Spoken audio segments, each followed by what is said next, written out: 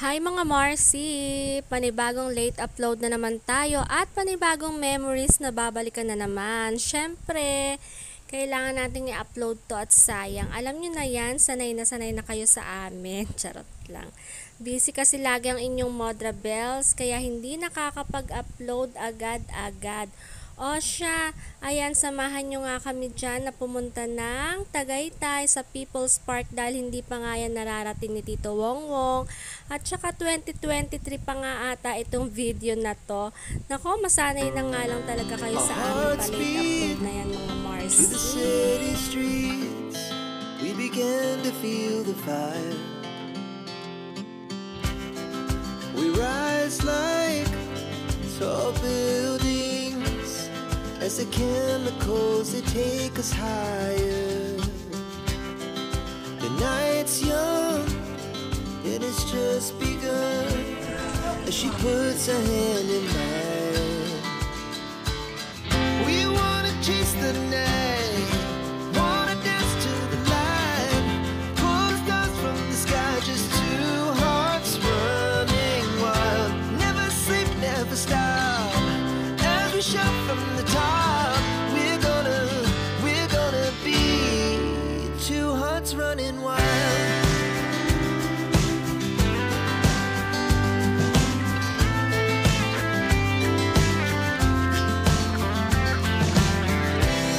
Now the morning is the afternoon. We lay awake in bed. The glass so loud as the hours pass. We're gonna do it all again.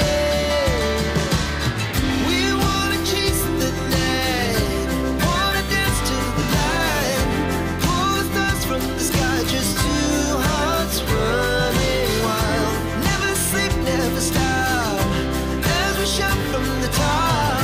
We're gonna be, we're gonna be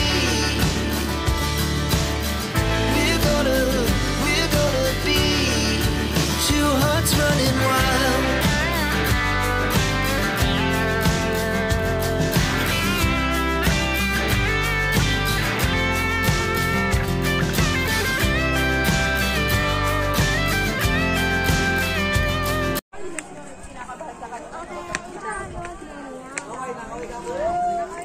Ay, dito tayo lagi nagpupunta, me. Oo. Oo.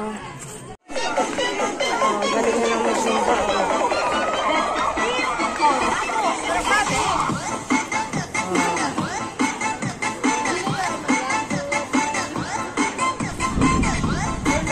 May hahanapin ko yung video na yan, tapos makikita ko sarili ko.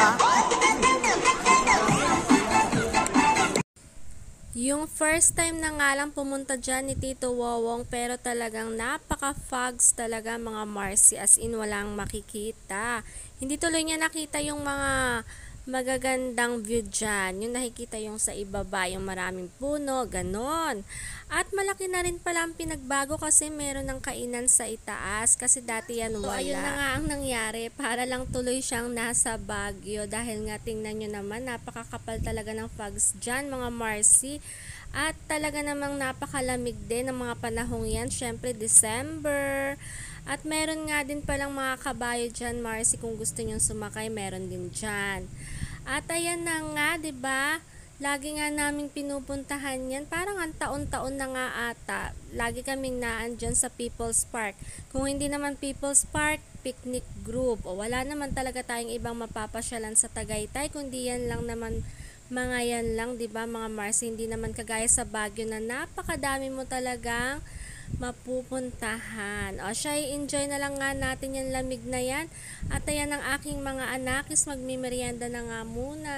After nga natin dyan sa People's Park ay dumiretso na nga kami sa JT's para mag-dinner. At syempre titikman natin kung masarap ba ang mga foodang sa JT's na yan dahil napakadami nilang branches. Nako, talagang nagkalat sila dito sa Tagaytay, Marcy. Nag-aantay nga tayo dyan, ayan, naglalaro na lang muna ang aking mga anakis dyan sa labas ng restaurant na yan. O diba, enjoy na enjoy talaga nila yung mga pailaw na yan, mga Mars. At meron na nga rin silang sariling pasalubong center dyan sa baba ng kainan. O ayan, Talaga naman napakadaming pagpipilian dyan. Meron pa nga silang mga buko pie kaya kompleto na. Kung pasalubong lang ang hanap ninyo, ayan, meron na rin dyan. O tapos diretso dinner na rin. O diba, hindi ka na pupunta pa sa ibang tindahan. O ayan, tikman na muna natin ang mga pagkain ng JT's. Para sa akin ay okay na yung mga food nila, mga Marcy. Tikman nyo na lang, kayo na lang ang humusga. Pero para sa amin, Chika Bells na yan, mga Mars. Medyo may kamahalan pero wala tayong magagawa dyan. Ganyan talaga ang life. O siya, kumain na nga muna tayo at salamat Tito Wongwong sa palibreng dinner na yan. At dahil hindi natin yan naubos, kaya ibalot natin yan. At pagkatapos nga namin kumain dyan, ayan na nga si Aling Margo. Nagpabili talaga sa kanyang ate ng kanyang mga candies na yan. O diba, nauto na naman niya ang kanyang ate. Nagpalibre na naman sa kanyang ate Maxine. Ako, palibhasa may sariling pera ang inyong ate. Ayan, nagpapabili ang kanyang kapatid.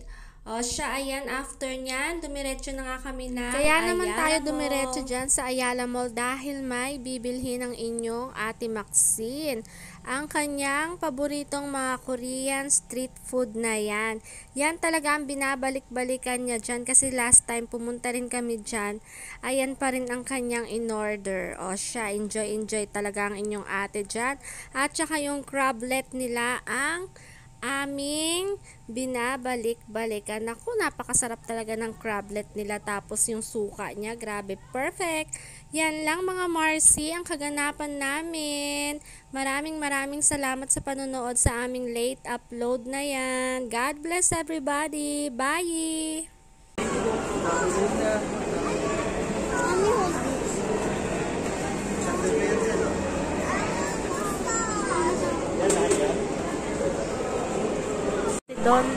Si Don Juan. Naantok kasi.